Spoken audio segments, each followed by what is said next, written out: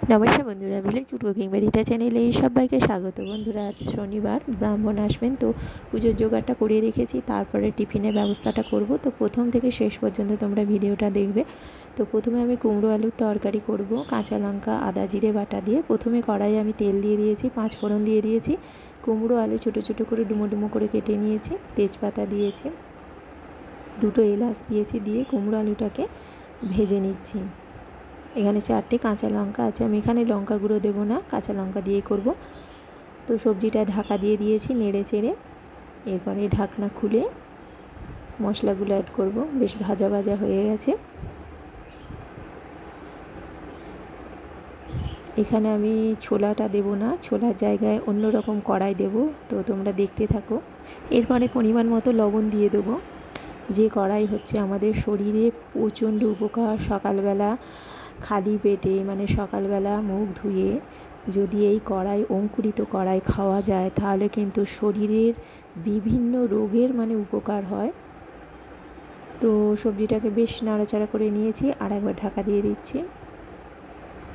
ঢাকনা খুলে এরপরে মশলাগুলো অ্যাড করব।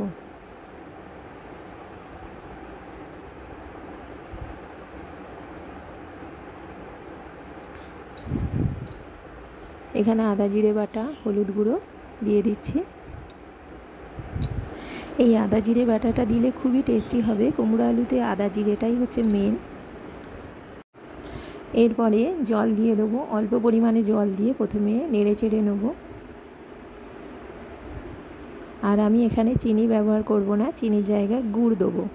গুড়টা কিন্তু শরীরে চিনির থেকে খুবই উপকার। চিনি তো খাওয়া খুবই খারাপ, তো সেই চিনির জায়গায় আমি এখানে গুড় ব্যবহার করব। গুড় খেলে পারে খুবই ভালো শরীরের পক্ষে, চিনিটা খুবই ক্ষতিকারক।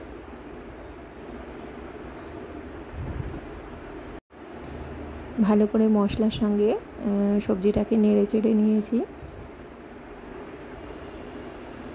এরপরে জল দিয়ে দিয়েছি। এরপরে অঙ্কুরিত মুগ কড়াই আমি ভিজিয়ে রেখেছিলাম কালকে, আগের দিন ভিজিয়ে রেখেছিলাম, সেটা অঙ্কুরিত হয়ে গেছে। তো সেই অঙ্কুরিত মুগ কড়াই দিয়ে দিয়েছি, দিয়ে ঢাকা দিয়ে দিয়েছি। এরপরে দুপুরের যে খাবার রেডি করছি, করলা আলু পটলটা পেকে গিয়েছিল, তো করলা আলু পটল একসঙ্গে সব ভাজা করে নেব। তো এখানে কুমড়ো আলুটা হয়ে গেছে, একটু খুন্তি দিয়ে ঘন্ট করে নেব। এরপরে এটা হচ্ছে আখের গুড় রয়েছে, গুড়টা দিয়ে দেবো 1/2 চামচের মতো। খেতে টেস্টি হবে। যে কোনো টিফিনের তরকারি, লুচি পরোটা বা মুড়ির সঙ্গে কিন্তু যে তরকারিটা হবে তাতে একটু না মিষ্টি মিষ্টি হলে ভালো লাগে না। তো আমি এবার যেটা দিচ্ছি, একদম অল্প পরিমাণে বাটার দেবো। বাটারটা দিলে খুবই টেস্টি হবে।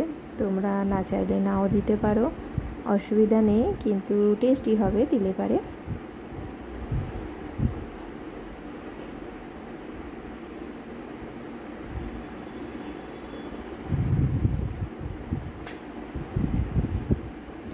তো কুমড়ো আলুর রেসিপি তো হয়ে গেছে।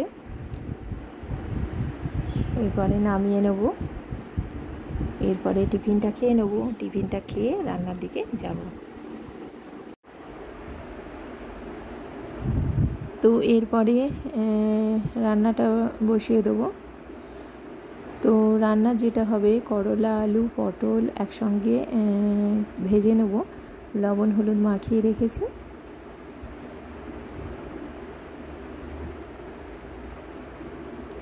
আর দেব কচু ভাতে, কচু ভর্তা। কচুটাকে ভাতের সঙ্গে সেদ্ধ করে নেব। চাল তুলে দিয়েছি, জল ফুটে গেছে, চালটা তুলে দিয়েছি। তারপরে কচুগুলো বেশ বড় বড় সাইজের কচুটাকে দিয়ে দিয়েছি ছাড়িয়ে।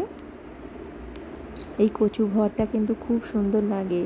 কাঁচা সর্ষের তেল আর একটু যদি তেল লঙ্কা পারো মাখাতে, আমি এখানে কাঁচা লঙ্কা মাখিয়ে খাবো।